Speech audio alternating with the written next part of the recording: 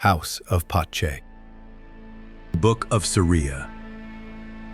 Chapter 3. Awoken from the Underworld. Like, comment, subscribe, buy me a coffee. Book available on Amazon. Sariya. Sariya lass. A small, soft hand clasps mine, startling me from the waking nightmare replaying endlessly behind my eyes. Sariya? Lady Clara's lyrical Highlands brogue finally pierces the fog. It's been an hour at least, and you've not uttered a single word, hen. You're as pale as the shroud, and shaken like a wee lamb.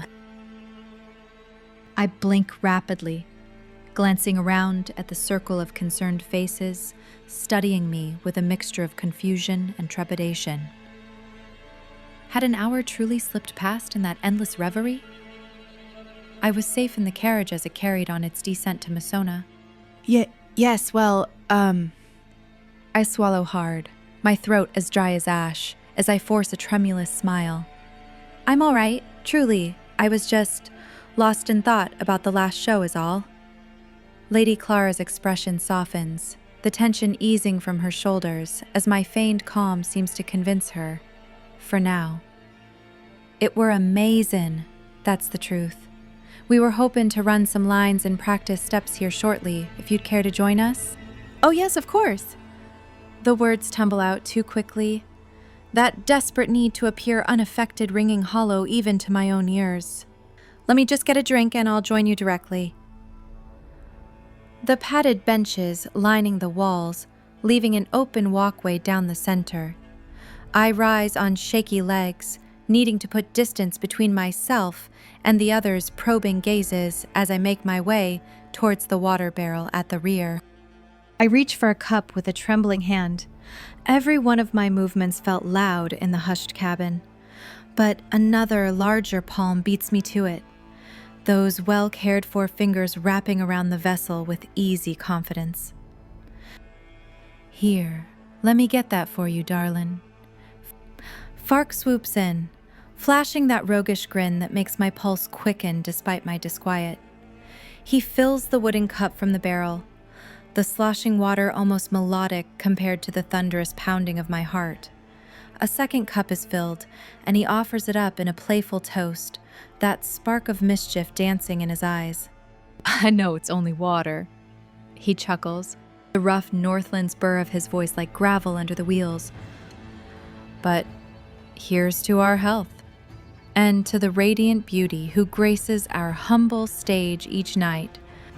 He is so kind, so disarmingly charming despite his rough-hewn edges. I can't help but wonder if his flirtations are merely a force of habit for him to lay on such shameless flattery. Same engaging advances, always a different lady each and every night. Why would he, one of the company's most acclaimed performers, take such obvious interest in a supporting player like me all of the sudden? We both drink, and I try not to grimace at the stale, slightly bitter tang now on my tongue. Closing my eyes, I took a large gulp from my cup, hoping to wash the poignant taste down. Maybe it would help to rid my racing thoughts. To my dismay, it was Fark's burst into a curious laughter when he looked up from his cup and found my mangled, disgruntled face. Lowering my now cup, I meet his teasing eyes. My apologies, do I amuse you?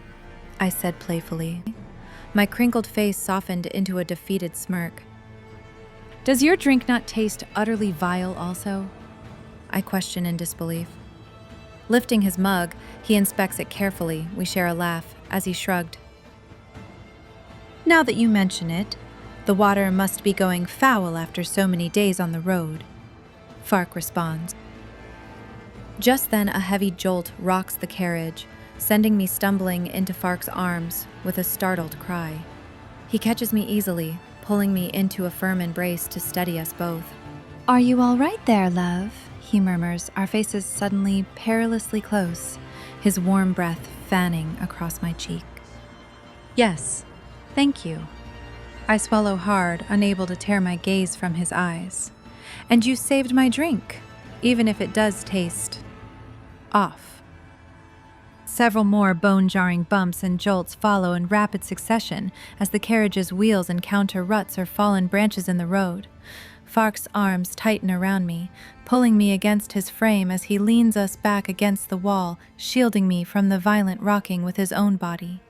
When the bumps finally subside, we remain locked in that intimate embrace a moment longer than propriety allows. I don't want to be the first to pull away. It feels safe in his arms. I can almost forget the terror I glimpsed on that lonely road. Well, almost. Eventually, I disentangle, putting a proper distance between us. Are you truly all right, Hen? Fark's voice has taken on a softer tone, barely above an intimate murmur as those eyes study me with surprising intensity. Not from the bumps, I mean. Seems there's a shadow over that pretty head of yours. A darkness, even. I meet his gaze, feeling the blood drain from my face anew, as the dread coiled within me rears its head like a serpent, poised to strike. How can I give voice to the darkness gnawing at my mind without sounding utterly mad, without calling down evil's gaze upon us once more? Do you... Trying to speak, but no sound emerges. I try again. Do you believe in demons, Fark? My nose crinkled up as I slowly shook my head in embarrassment. He arches an eyebrow, clearly taken aback by the question as his lips quirk in a hint of a smile, as if waiting for the punchline to a joke. Demons? You mean like spirit demons, lass? Ghosts and such? I suppose. I glance away, unable to hold that penetrating stare as I gather my nerves to give voice to the darkness coiling within me. When I finally look back, my expression is solemn, deadly serious. I don't want there to be any confusion, any hint that I'm merely jesting or allowing my imagination to run wild with what I am about to say. More like witches? Or the undead? A strigoi. The blood drains from Fark's face as the weight of my words settles over him like a death shroud.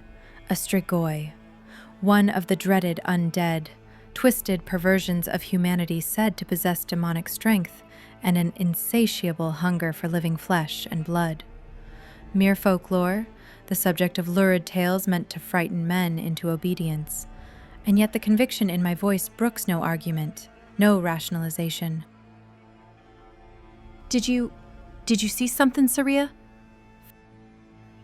Fark's voice has dropped to a hoarse whisper, his brow furrowed with concern and perhaps the barest flicker of fear. You haven't seemed yourself since that last stop. That's the truth of it. I think... Holding back the words in my throat like shards of broken glass, but I force them out in a breathless rush. I think I saw one.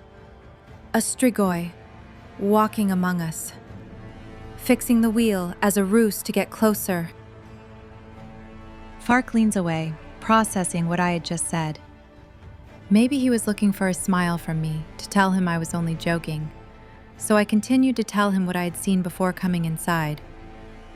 It started off when the man that fixed our wheel bumped into us on our way back from the carriage. Next, Chapter 4, The Run-In.